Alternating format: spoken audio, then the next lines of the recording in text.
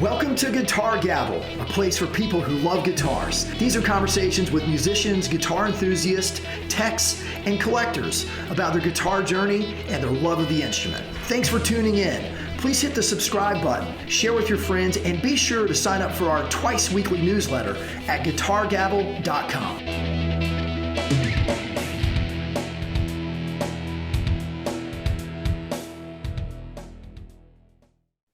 Hey everybody, welcome to the Guitar Gavel podcast. I'm your host, David Still. I want to say thank you for taking your time to listen today. As always, it's your number one asset, and to take 30 to 45 minutes or an hour out of your busy schedule to listen to the guest means a lot to me, and it means so much to them as well. And of course, we try to treat you with some pretty killer guitar stories and have wonderful guests, and we have one today.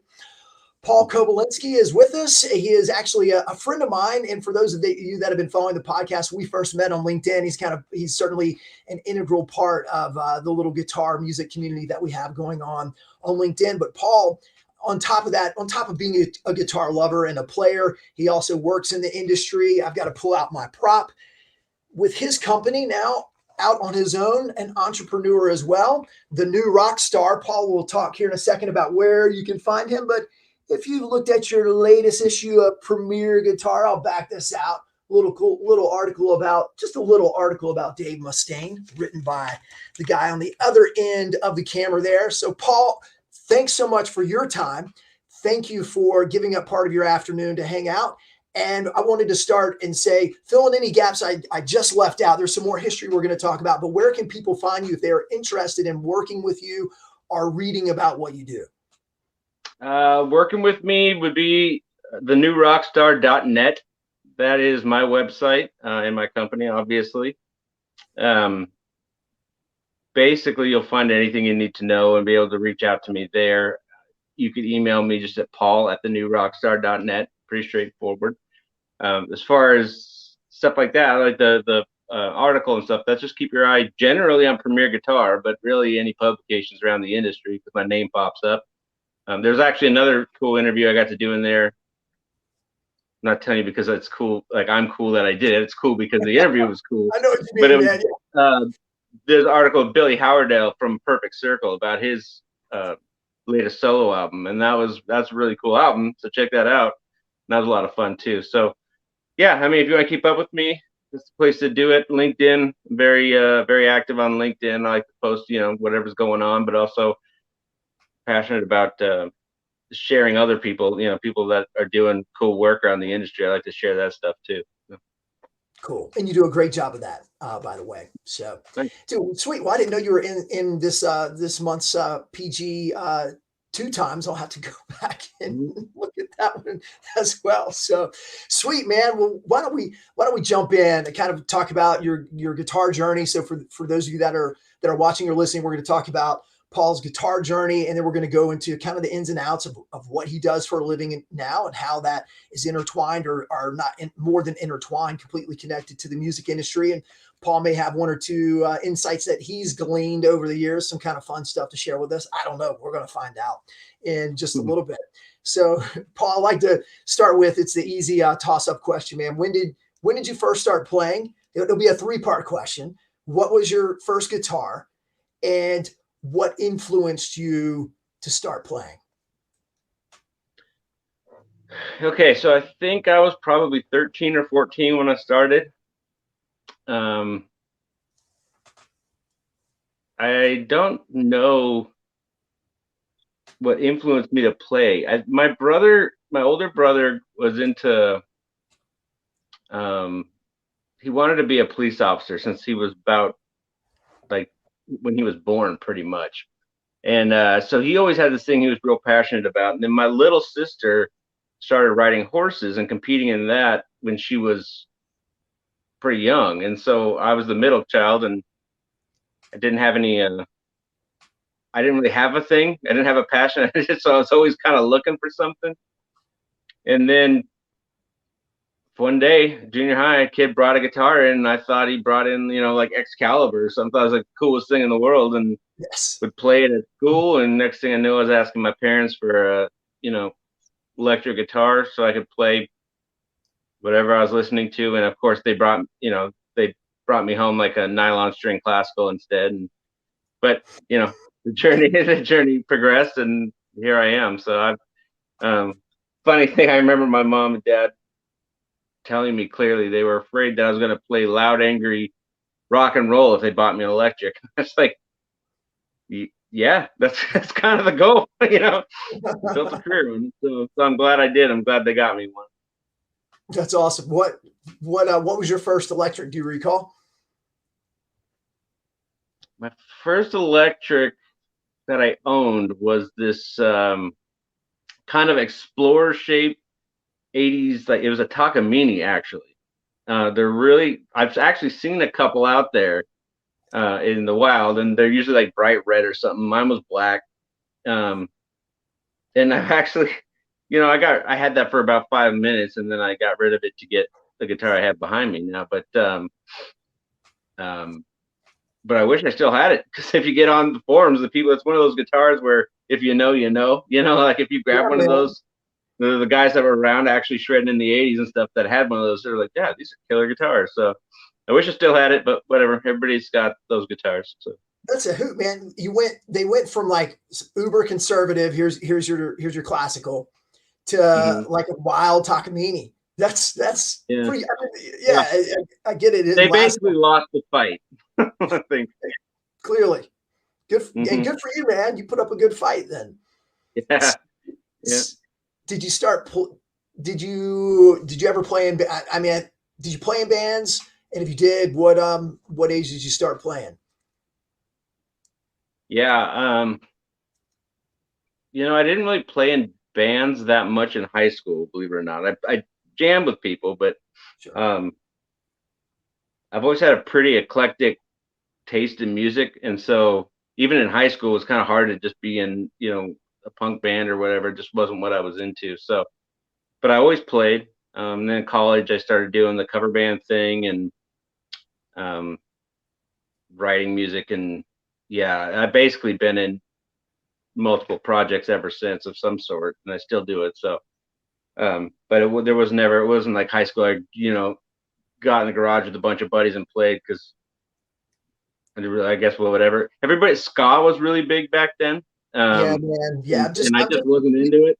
Just a few years older than you, and nor was I. Yeah. So when I grabbed my guitar, and all the guys that wanted to get together and just hang out and be in a band, I just wasn't into what they were doing, and so I got into it later, but cool. And I loved actually being in a cover band, because I really liked trying to learn to play all these different styles and different tones and all that kind of stuff. I've never been a guy who just wanted to do one thing. So what your biggest musical influences as a teenager? And I know you said you're all over the place, and I get it. Like I was all over the place too. So you don't have to narrow it down, but what were you digging, man, when you were 17, 16, 18? Two biggest influences ever, Dave Mustaine. So that article was like pinnacle for me. I got to interview my hero.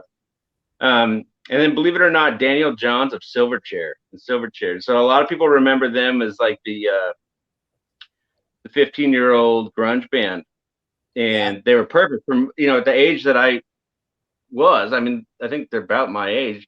It was perfect, and I loved the 15-year-old grunge band.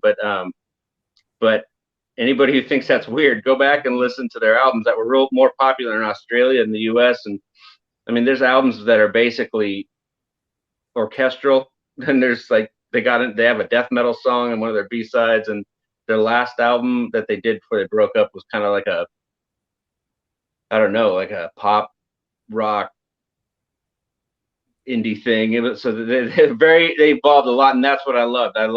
When I caught him and watched him kind of at the same age as I was evolve, and every album was different, and he wanted to try different things and try different sounds, and I just always held on to it, even when they stopped being popular here. I just fascinated. So musically, that's my favorite band in the world. But as far as just like a rock star, and somebody, that's Dave Mustaine every time.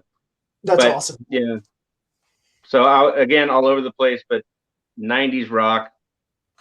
What can I say? I was a 90s kid, and I grew up in Seattle, so all that was going on right around me. Yeah, man. Yeah, you were swamped with that. That's so cool. We'll get into talking about Dave Mustaine a little more here in a few minutes. All right, well, let's talk about some. You mentioned after the Takamine, you still have your second guitar. So let's take a look at a couple. I'm going to make you full screen, and we can spend as much or as little time as you want, but definitely, I know you've got a wall full. Definitely take us on a tour of a couple. So feel free to hop up and do what you need to do. I'll make you full screen, and it'll just we're good. Sure. I'll start with that guitar then. Perfect.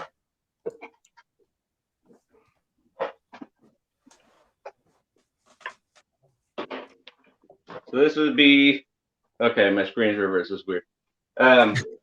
You look good. It's good. Yeah, this SG Epiphone G400 would be the guitar that I got rid of that Takamine for. And I was also, from an early age, just a huge Sabbath fan. I still am. And so, Tony, I only played the SG. I love hard rock. I love metal. The SG is still my favorite body shape. And this is the guitar I would say I learned on. This is the one I got. I was probably 15 when I got this guitar. And I don't know what it is. They say sometimes you just get the right guitar or something speaks. This one's definitely one of them. In college, I swapped the electronics out. I put a Seymour Duncan JB in the bridge and a 59 in the neck. And I set the bridge up to the coil tap to give me like single coil tones. Yeah. And this old Epiphone, I mean, I've had it in studios a bunch, and it's, it's gotten to the point where some of the guys that I work with ask me to bring it in because it kills other guitars, and I don't know what it is. I don't know why, but it's the guitar. Like I said, I learned on it. So the neck feels like if I were to describe to somebody what kind of guitar neck I like, basically just grab this guitar. So this is my baby. This is this old red here. And yeah, I mean, it's my favorite guitar I own. At some point, I'll probably not gig it, but still, it's a great guitar. So Epiphone, that was in the 90s. Do you know if that was made, was that a Korean Epiphone from the Samick factory? Korean. Yeah. Mm-hmm. Yeah, I think it was Samick, but yeah, it was one of the Korean ones. And I've, I did a little research a while back, and apparently there was some magic there or something because people look for those Korean Epiphones from the 90s. And this one holds up, man. I think I put some bigger frets on it years ago. It needs work. It's an old Epiphone, like plastic nut. I should probably put a new thing on there, but it keeps working. I keep showing up to gigs with it, and it's funny because people listen with their eyes, so sometimes you show up to a gig and pull this out of the case and people, oh, why did I hire this guy? It's like, wait till you hear the guitar, man. It sounds great, and I can do a lot on it. We won't go into the guitar snobbery, but come on, man. Like you play, you ought to know better than to give that look. But I get it, it exists. It is what it is. Sweet, man. Dude, what a memento and great move. And it sounds like you made all the right moves with the upgrades too. Yeah. This thing is it's perfect. This is the way I want a guitar to sound. I grab other guitars and I'm like, oh, this guitar doesn't sound quite right.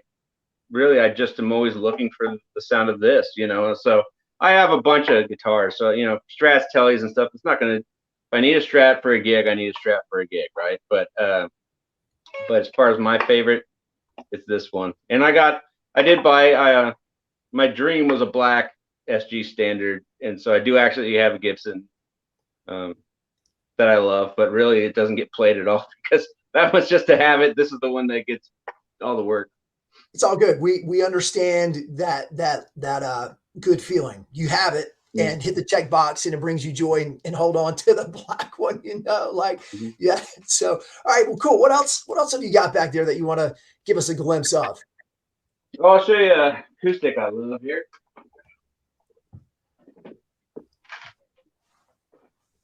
So this one is unique.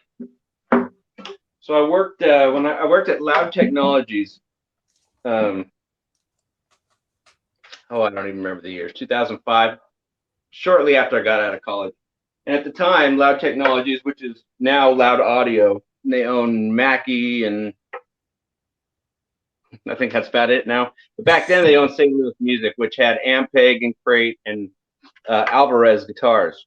And I worked in sales for a while, and then I moved over to their guitar shop and was working on Alvarez guitars. And when they did, we went to this warehouse that was sitting out in the middle of winter, no environmental protections in there or anything like that.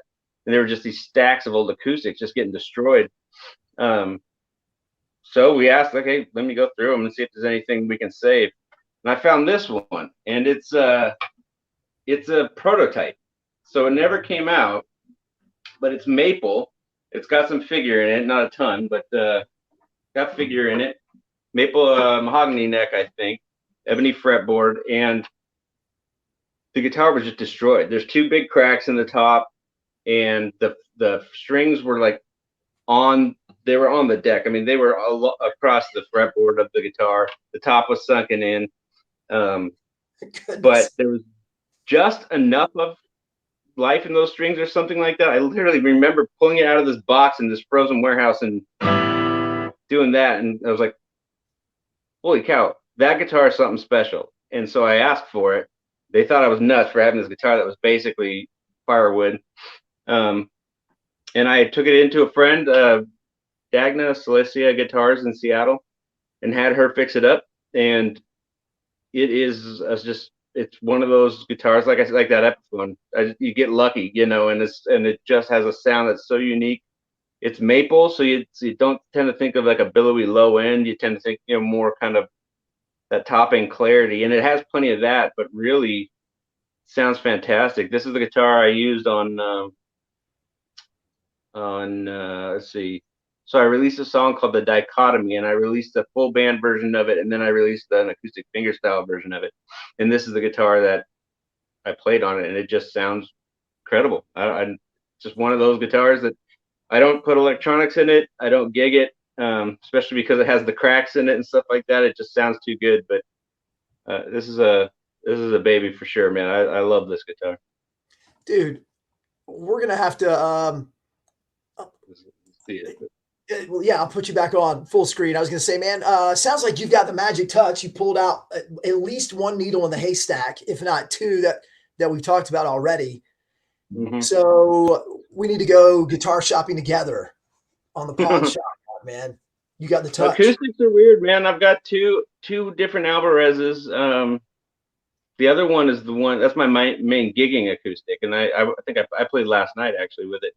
It has electronics, obviously, and it was kind of the same thing. It was in the showroom out loud, and I grabbed it, and it just sounded right. And it was not for sale, but I just begged. I was like, hey, this guitar just sitting there. Almost no one ever plays it, but it's special. Can I get it? And so I got it. And that with acoustics, I think you have to do that. But electrics, you should too. If something speaks to you, do it.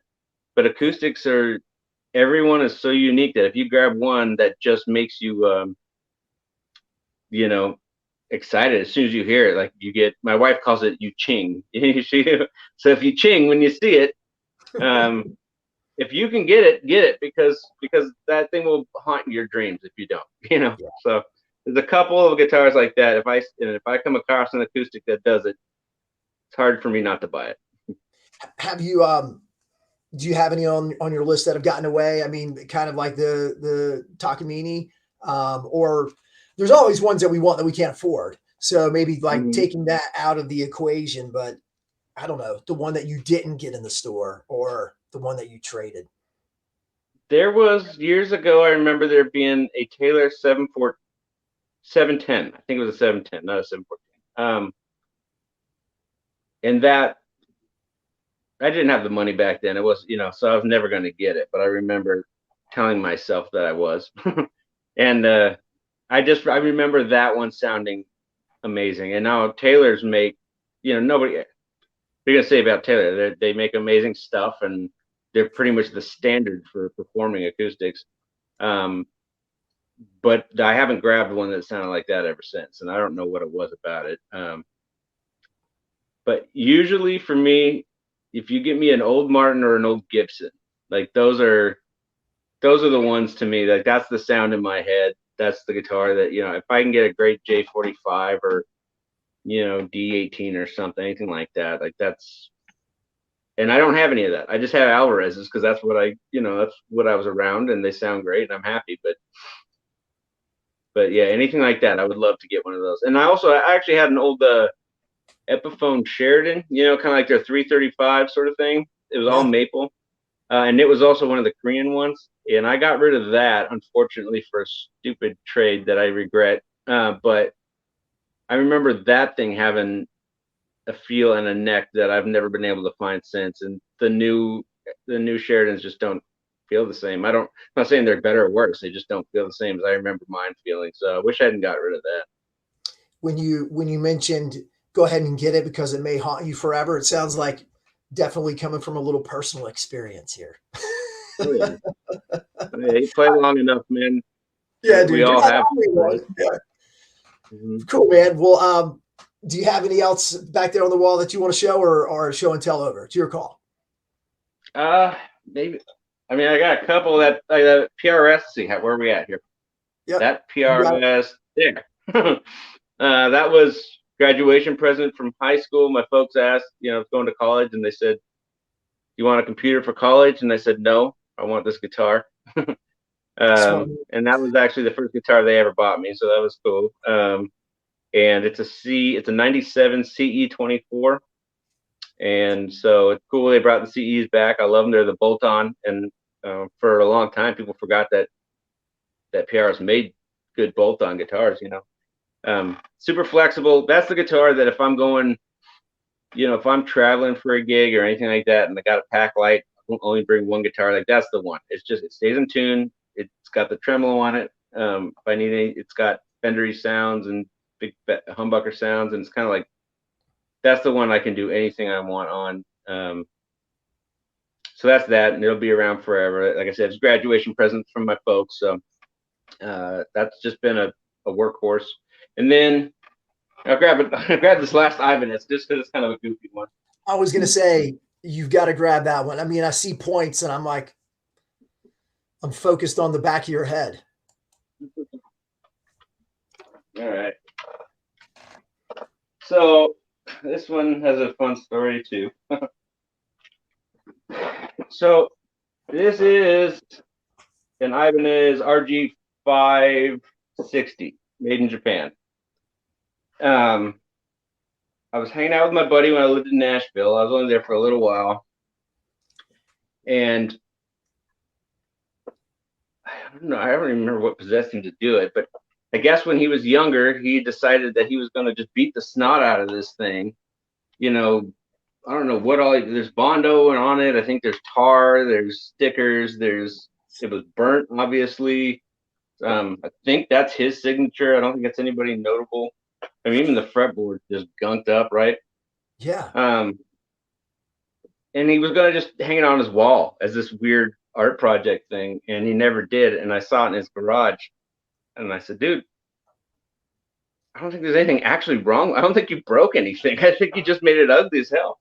And he said, no, that thing's too far gone. If you want it, you can have it. So I said, okay. And I grabbed it, and I mean, other than maybe knocking some rust off of pieces, because there's plenty of rust, I left it exactly as it was. I mean, that's not actual dirt, it's like paint and stuff, so it doesn't come off on your hands. I got it refretted. I do a lot of work with Seymour Duncan, and they were kind enough to send me their Blackout series here, and so this became my metal guitar. I used to play a lot of metal when I was younger. I really don't play it much anymore. Well, the new song I'm releasing soon this was all over that song, but I keep it tuned to B standard, so it's low, and whenever I just want to get my metal on, this is the guitar I grab, and it sounds great and it plays fantastic, and everybody I hand it to looks at me like they're gonna need a tetanus shot, but they don't. And it is a clean guitar, and they play it and they're blown away. Kind of cool though is the research I've done. I wish my buddy didn't mess up this guitar because I think it's a really rare guitar. And I know Ibanez fans are just really rabid about this stuff. But let's see if I can get this right. So the maple fingerboard, I believe, was discontinued in like 90. But then this purple ice or something finish wasn't available until 91. And yet they're both on this guitar. And it's also, you know, the 560 was rare because of the hum single setup. The Ibanez hasn't really ever done a lot of those, and this was one of the only ones in the late 80s, early 90s. And then, so had he not messed this up, this would have been a really rare collectible 560, you know, made in Japan, Ibanez. So I'm sure nobody wants to collect it now except me, but it is a super cool guitar, and I do still have the original pickups and everything. So, and they work, everything works great. So That's sweet, kind of a funky guitar, you know, it's just all beat to snot, but it works fine, sounds fantastic. And when my new song comes out, you'll hear it all over. It's kind of a crazy song, but that's all this guitar. Dude, hold the back up again. Is there a 3D object coming out of the back, or is that what? Oh yeah, that's okay. Super. I'm a real professional guy here. This is literally a grocery bag shoved in here to stop the springs from vibrating and coming through the pickups. Sweet. Hey man, it works, and it adds. Yeah. It's like, what else should you have on there? Nothing but a grocery bag. So yeah, that's what I figured. You know, this thing ain't winning any beauty contests, and so why not just go for it? I love it, man. That's great, dude. I'm so glad you picked that one off the wall. Yeah, I dig it. It's a cool guitar. Sweet, man. Hey, all right. So, what kind of music are you playing now? What are you recording? Are you still all over the place? Mm-hmm. Yeah. Yeah. Okay. Give you an idea. If you go to my Spotify, there's the first song is kind of a instrumental progressive trio thing, and then the next song, what was it? Oh, the next song is this big kind of epic rock song where I actually sing on it with a friend of mine, and I don't sing much, so it was specifically the only song that I was going to do with vocals. And then the new song that's coming out is this. It was written for my surf rock band, but then my drummer listened to it and he said, it sounds like a song for one of those 80s race car games, like video games. And I was like, I'll be damned, it does sound like that. So I just went with it, and I recorded a version where it's like 80s synths and that, but then there's but it's metal guitars and shredding. And I had a buddy who's a shredder out of Seattle area, and he put down a solo, and it's just this over the top 80s. Like, I thought, what if like Marty Friedman was asked to play metal guitar over an 80s video game soundtrack? And that's the new song. So what's then the one after that's all acoustic, and then I did the fingerstyle one. So yeah, like I said, man, I've got a ton of amps and pedals and stuff, but I have this, I don't know if it's a phobia or like a philosophy, but I feel like if you're going to have a lot of gear, you need to use it, you know, and gear is not for, you know, a plexi isn't going to sound, you know, it's not the same as a Kemper Profiler or a Fender Deluxe or a PB Bandit. But in my mind, they're all cool and they all have their own thing to bring. So if I'm going to get a piece of gear, I'm going to use it and write something that sounds cool, or, you know, I don't think that is, I tend to not like being limited by that. So, and then I play, like I said, I did an acoustic gig last night with a singer-songwriter in the area, and her and I have a Spotify. Actually, that's a cool song to tell people about. We did this really cool, it's kind of bluegrassy, 2 acoustics and a violin cover of Genesis's Land of Confusion. And that was cool. So going on and on about all my stuff. I don't mean to, you know, I'm not trying to plug everything. I just, I do a lot of different stuff is the point. No, I get it. And no, you're dude, you're good. You're good. I want to hear. All right. So we'll move on from this in a second. If people want to find you on Spotify, it might be that they've got to like look you up in 80 different spots, but where would you send them? You know, the top 1 or 2. Top 1, it would be, I think it's just Koby, Koby. Okay. So on my social media stuff, it's generally not LinkedIn. LinkedIn is my name, but for music stuff, it's usually Koby Guitar, Koby. but for the music stuff, it's just Kobe. Okay. And yeah, and there'll be songs just kind of released in singles format. So there won't, the idea is to release all these songs that I've had over the years and record them all with my friends, and then when I have enough, I'm going to put it together and actually press vinyl and stuff like that. But yeah, should just look up KOBY, and that hopefully that's me. You never know anymore with the streaming platforms. There might be 15 people named that, and you end up listening to some hip hop track or something, which I wish I could do, but I can't program things to save my life. Dude, well, I'll find it, and I'll put a link down in the description of the podcast so people can find you. And then this sounds like it's going to be a super eclectic vinyl whenever it comes out. It's going to be a riot. Yeah, that one's going to be all over the place, man. It really is. That one's the idea of that album. Before I get into that, the other place to find me is look up Strange Waters. Strange Waters is my surf rock band. We have a couple albums out there, and we're really proud of what we do. We have a unique sound. People really like it. So, Sweet. But so the album is, I have all these songs that I've written over the years with friends, and I moved around a lot. So I say I'm born and raised in Seattle, but I also lived in Southern California for a minute, in New Jersey for a minute, Florida for a minute, Nashville for a minute. Now I live in Indiana. So I have all these friends from all over the place and I've done music with them. So I was like, I'm going to collect all these songs, not really change them, not rewrite them, even if they're crappy songs I wrote in high school. And then have friends from all over, have my friends that were either part of that song or will just fit it or whatever, play on it. And in my mind, the artsy fartsy idea here is that in the end, when this album comes out, if somebody were ever to say, well, what does Paul's music sound like? And just hand them that album and be like, this is me. This shows me. This shows my friends. This shows the environments I was in, the states I was in. It's just kind of like a life. It's almost like a biography in a way, And so because of that, every song is so drastically different. I was hanging out with a buddy in Florida who did electronic music. So we have a song with like nylon guitar and electronic beats, and they're just all over the place. Dude, that's awesome, man.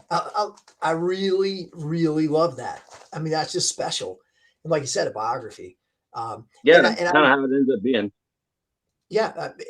Look, I maybe not be as eclectic as some of what you're describing, but you can't, most folks are hard to put into a box. I mean, it depends with your musical taste. Some people are just kind of straight one genre, but I'm crazy all over the place. I'll go through phases.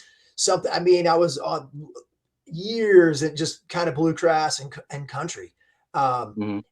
And that's just a result of the environment that I was in and kind of time in my life and age and all the reasons that you have all of your different musical tastes. So I appreciate you being all over the board, because I'd say I'm kind of all over the place too. Probably has messed me up a little bit somewhere as well. I don't know if you feel that way or if it's made you better or messed you up a little bit, but I feel a little messed up. Yeah, I don't know, man. I mean, I was never able to pursue any one thing, but I've never understood the concept of just doing one thing and sticking to it. I love the girl that I released that acoustic track, that Land of Confusion cover. She's kind of like a 90s folk rock singer, and she's Sunny Taylor. She is fantastic. Check her out. Super talented. But when I play with her, that's when I get to pull out all my pedals and my gear and, have fun with tones and, really play the session guy thing, the side man. Like, how do I make her songs come to life? And that's just as exciting to me as going out with my surf band and doing my thing and, showing people this other part of my personality, or sitting at home recording these weird songs. So it's messed me up, I guess, but I can't imagine doing it any other way. I have a hard time finishing any one song because my mind already wants to get to the next thing. So that's cool, dude. Sweet. Love the journey. And thanks for sharing kind of how that's all melded and helped form who you are too, as well. And then of course, in tandem, you've basically worked in the industry, generally speaking, kind of your whole, certainly the better part of your work career. So let's talk a little bit about that. Super fascinated. So your name comes up, and clearly we're talking about Premier Guitar. It seems like about every other month I'm seeing your name when I'm looking through and reading articles, which is really cool. But again, I mentioned early on that you had a stint with Warmouth, and you're at Sweetwater for a number of years, and you've been freelancing and writing. I don't really know the lead in question here, but that all fascinates me. So I don't just like go where I don't like tell us how that's all worked, but take us kind of on that journey and then to where you are now. Well, I've been in the music industry my whole career because I suck at everything else. It's that simple. Um, I'm blessed to have the same best friends that I had when I was in junior high. My best friend Nate, I met him in junior high. We went to college together. After college, he moved to Colorado, but we're still best friends and everything. So our life has just kind of gone like this for most of the time. But him and my other friend Katie and stuff, they all kind of got into corporate America, which I don't say in any bad way. I have no issue with that. But he got into finance, I think, and she got into HR or something. And I just watched them take off in their careers. And so I just kept thinking that's what I was supposed to do. And I just tried to get, good jobs, climb the ladder and do that kind of stuff. But it just kept getting in my own way or something. I was never happy. And so eventually I just kind of realized, and I was already working in music companies. I was just, I started off at Guitar Center, I think right out of college. And then then I went to Loud Technologies. But I didn't know what I wanted to do. I just was like, oh, cool, music company in Seattle. I'll work here and do, climb the ladder. And it just never worked for me, and I didn't know why. And then my wife, who I met in college as well, who I met in college, she basically told me quit trying to do what I don't do. She's like, quit trying to be. I'm like, you do music, stay in the industry, and quit trying to achieve a certain level of anything. Just do your thing. And so I did, and then kind of starting to figure that out right about the time we got married, and then the 2008 financial collapse, and I got laid off for like a year and a half. And she basically married an unemployed guy, which is pretty cool because she's a veteran. She was in Iraq leading up to that.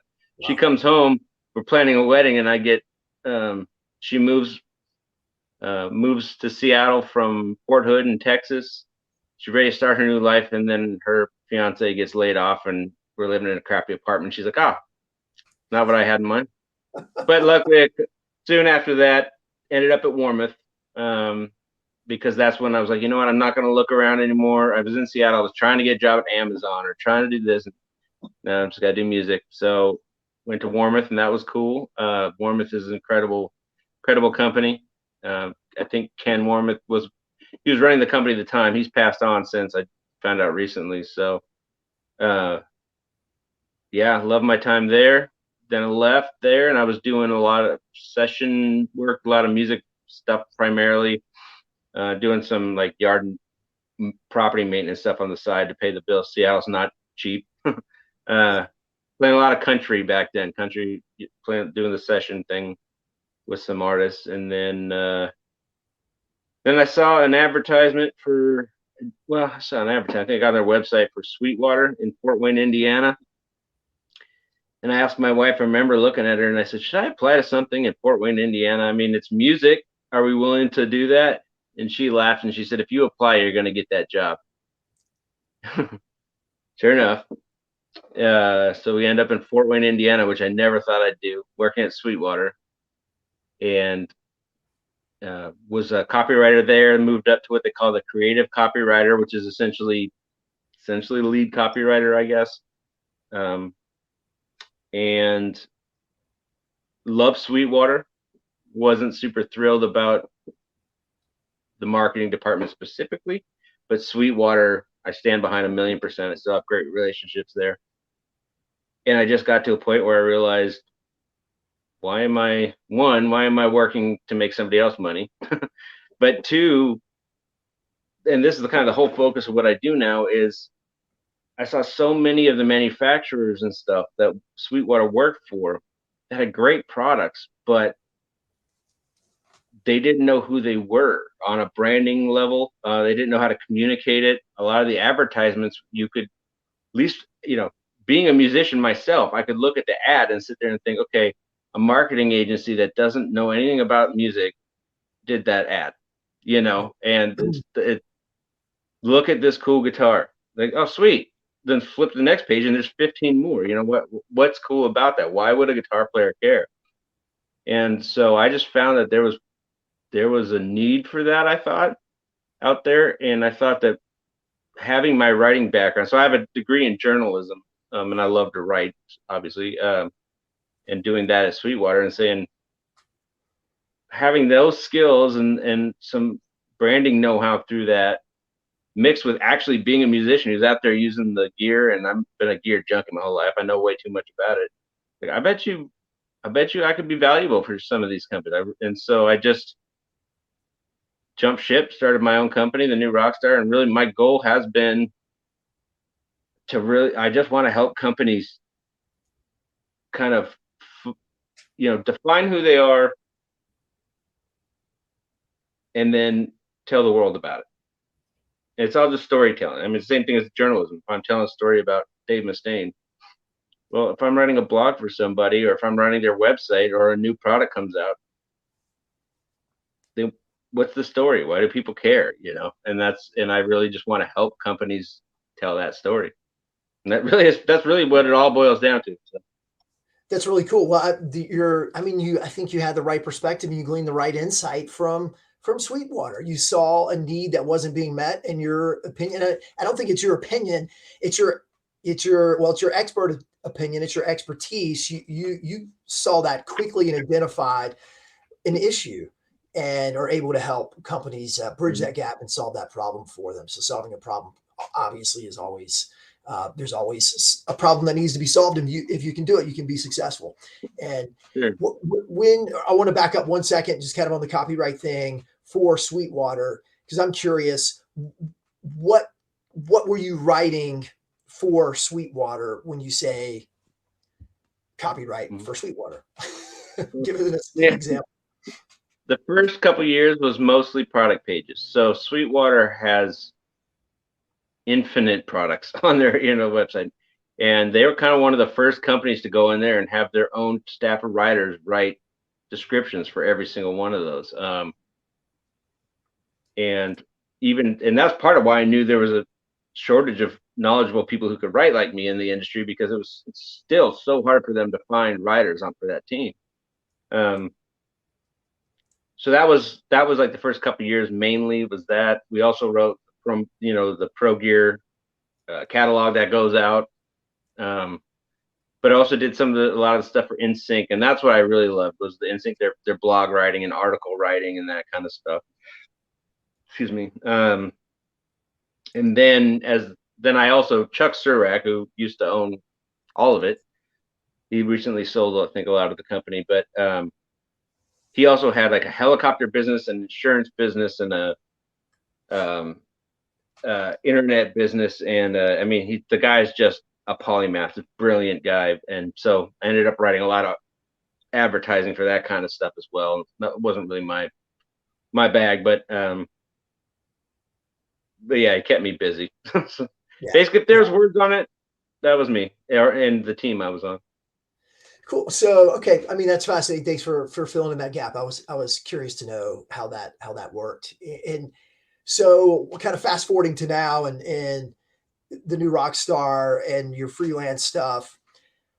So I'll ask. So let's talk about Dave Mustaine for a minute. So I'll kind of give you a multifaceted question as well. Clearly, he's one of your heroes. So that's going to be a top one. What are some of the fun artists that you've gotten to interview and write about? So maybe let's talk about Dave for a minute, and then talk about, I don't know, another one or two, or maybe an oddball one, like just super cool but super quirky. And it was hilarious to interview these people. Well, Dave, like I said, Dave's a hero of mine. I don't even know what to say. The interview was everything you'd think it would be. The guy's, infamously um, to the point, Yeah. but he's also very nice. Yeah, he was not at all rude or anything like that. Um, and my favorite part of that was before I started the interview, I apologized, but I said, I'm going to start off by being unprofessional. And I said, I'm going to fanboy at you for a second. And I just told him, I remember the first time I heard Train of Consequences, and I've been a fan ever since. And, watching his growth and the stuff he went through in his career and the music changing, and just kind of, I don't know why I connected with it, but I did. And so I thanked him, and it was like, how often do people get to actually thank their hero growing up, And so I took that opportunity, and that was probably the thing I remember most about the interview. And it's funny because I told him he's pretty open about his faith, and I am too. And I told him that I've always admired his faith walk. And at the end of it, I thought Dave was going to be like, "Oh, very cool, man." He goes, "My what?" I said, "Your faith walk." He goes, "Oh, I thought you said my fake walk." I don't have a fake walk. It's like, oh, all right, well. So I was like, all right, just offended Dave Mustaine. Nice. That's awesome. Yeah. So other than Dave, there's some really cool people. A lot of them are just people that I grew up listening to. Like I got to do Jerry Cantrell from Alice in Chains, the guys in Korn. Lindsey Buckingham was a really, really cool one. I love digging into his stuff. One of the coolest bands that they're not super famous, but I think everyone needs to listen to is the Nova Twins. It's these two girls out of the UK, and if you listen to it, it's almost, I'm going to greatly simplify the sound, but it the closest thing I can think of would be like dubstep, but it's a guitar, a bass, and drums, and they just use effects in such incredible ways, and the stuff is so raw and it rocks, and the vocals are awesome. And I'm like, man, this is what's missing in rock and roll right now. Like, just something that's pissed off and unique and adventurous and doesn't care. And I'm like, man, so the Nova Twins were a really cool interview. I pissed them off too on accident. I didn't mean to, but we had a good laugh about it. So yeah. That's awesome. Because, all right, so I'm curious as well in this. You get an assignment from Premier Guitar. How like, they don't just give you Dave's cell phone number and like, dude, he's expecting you to call him at 2:00 next Thursday, and here you go. Can you just a little insider scoop? Like, how does that work? You have the interview, you take your notes, and then how long do you have to typically turn around the written article for them to review? It's different every time. So there are people that the publicist is. So the publicist will hook everything up with Premier Guitar. The editors there. They'll ask me if I'm interested, then they'll send me the contact info to the publicist. I'll reach out and we'll schedule an interview.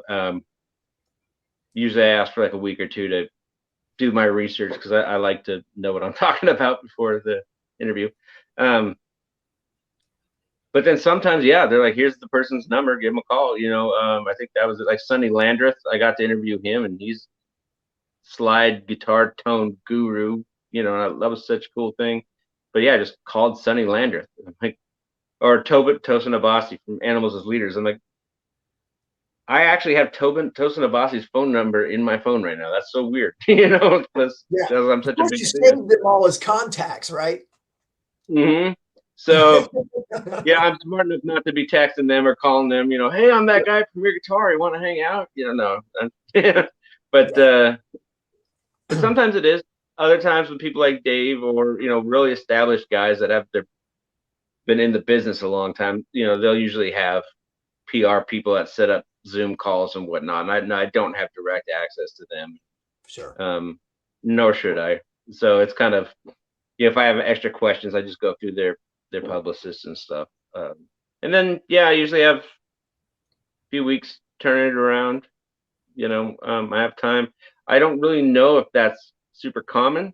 I will say this right now, Premier Guitar has always just been amazing to me. They really are. Like Tessa Jeffers there is who I work through most of the time.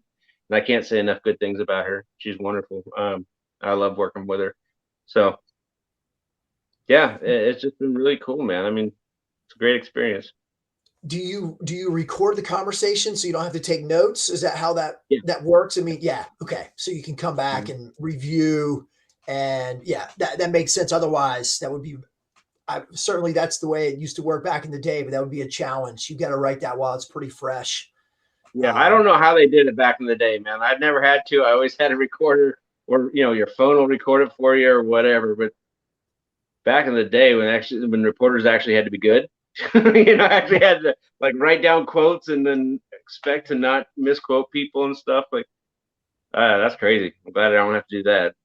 Yeah, So yeah. So to clear the air, you don't. It's not steak dinner, 5-star restaurant. Premier guitar flies you out. You meet with Dave. You shadow him around his mansion. I'm making this up, and then you sit down, kick it, have a beer, not have a beer, and not at all. yeah, yeah. No, I met Corey Wong at a winery. That was cool, but it was Cool. because he was playing at a winery about 10 minutes from my house, and it just Yeah. happened that it lined up when my interview was coming up. And so I was like, dude, you just want to do the interview before the show. And so that was cool. But no, I'm sitting the office I'm in right now. I do all my interviews, the phone calls or Zoom calls, and that's how it goes. Yeah. I'm Pretend not like you out didn't jet know that. setting. We'll still romanticize about the private jet flight out to interview Yeah. whomever. Yeah. Yeah, maybe someday. No. Right. But that's a small part of what I do.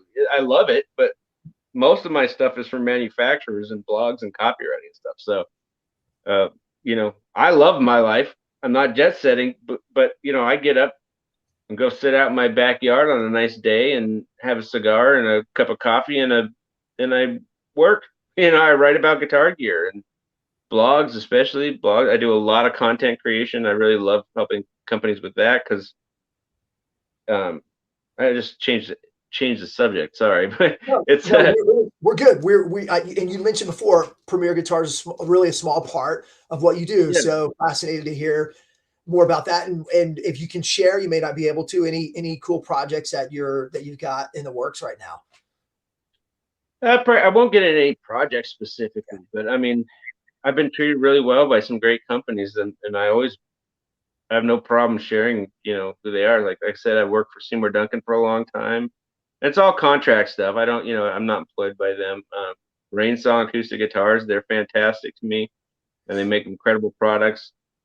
I was just representing or showing Victory Amps stuff over at Sweetwater. I do that too. I do some, trainings and stuff for companies at Sweetwater. So I'm blessed that I get to work with a lot of cool companies, and it's taken a few years of it, but I think companies are starting to catch on with me and starting to be like, wait a minute, this guy actually, he's as likely to be caught on stage using our stuff as he is writing about it. So that, I think that's my selling point is, I know the stuff already. Unless it's a really weird, unique product, if you have a new amp coming out, tell me about it. But I know a lot about that stuff, and I can make the transition really easy for people who don't have, like blogs. Blogs are super important for SEO, but they take so much time and effort and money for a lot of people. I'm like, well, what if you could just call a guy who knows everything about your gear, who probably owns it already, and I can write a year's worth of blogs. All you've got to do is send send a check and say thank you, and like I can take care of it. It'll be good because I'm passionate about making it good, not because it sounds like I'm talking about how great I am. I'm just very passionate about the companies and the products in my industry, and I really want companies to, like I said, tell their story correctly, let people know how good they and how cool they are. Because I think every company is unique and offers really cool stuff. I'm going to piggyback on that for a minute. We're getting close to wrapping up. Yeah. First of all, you don't sound braggadocious. So I don't want you to, you're not coming across that way by any means. But I know what you're trying to articulate. So in a previous life, I was a meteorologist, and I would write technical forecast in layman terms that was conversational. Mm-hmm. We're going to condense like a 7-day forecast down into 10 sentences. To To speak it is very easy. To write it, conversational, that's pleasurable and enjoyable and that people want to come back and read time and time again each and every day is really, really difficult. So I get your pain, and what you're marrying your expertise and your ability to articulate it in a way that relates to their customer or to their user. And not everyone understands that that's really hard. Like, it's just, I'll just write this. It does not work that way. Try. Not and it takes a long time. They'll give it a shot and they'll be like, wow, I just spent 5 hours writing this thing. And, you don't know if it's going to be, it's like somebody getting into home recording. Oh, I'll just hit record and I'll play my songs. Like, you don't realize how terrible of a guitar player you are until you record yourself. I realize that every single time I record. I'm like, man, I thought I was good until I hit record, and so that's just how it goes. And it's a skill like any other, and you have to know how to do it. And you really want to build that trust with clients, or customers, because especially in the music industry, musicians are notoriously suspicious. If they treat gear companies the same way they treat bands. Like, if you get really big, all of a sudden you sold out, they don't like you. What's next? There's something going on. And so to go out there and really offer content or copy or whatever when they're releasing a product that just actually speaks to those musicians, and it's not marketing to them. It's always marketing to them, but it's like saying, hey, we built this product because it solves this problem for you, because we know you have this issue and we're listening, and we care, and we're music geeks like you are. And once people start catching on about a brand, then they really start, that's when you get the loyalty and stuff like that. And I think, again, most brands are absolutely deserving of that loyalty, and I think they can have it. I think that just a lot of people haven't defined really who they are, and they don't know the message and the story to put out there. So that's what I do. Yeah, that's great, man. I think that's it's so true. And it's just so much harder than the rest of the world thinks. It really is. I think we're at it, dude. This is a great stopping point. So one more time, why don't you let everyone know where they can find you? Again, I'll put this down into the description section of the podcast, but thenewrockstar.net, LinkedIn, what other social show? Don't let me steal your thunder, man. Give it to us one more time. You'll find Facebook, which I almost never use anymore. You'll find my music social media on Instagram. It's Koby Guitar, at Koby Guitar, Koby. Like I said, at Spotify, all that kind of stuff, or YouTube, you'll find my music, just Koby, Koby. And really, that's it, man. LinkedIn, I think it's LinkedIn, so it's probably just Paul Kobylensky.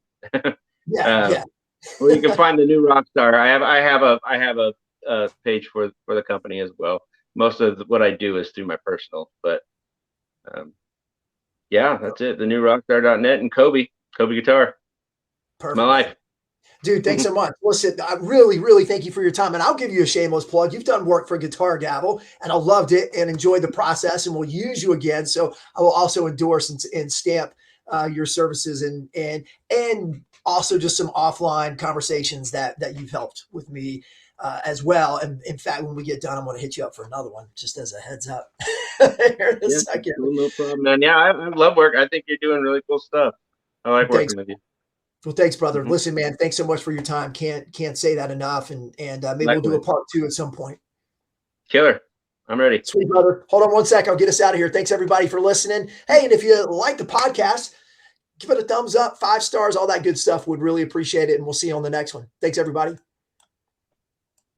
Thanks for tuning in to the Guitar Gavel podcast, and a special thanks to Steve Kuykendall for composing this music and being such the great guy and friend that you are.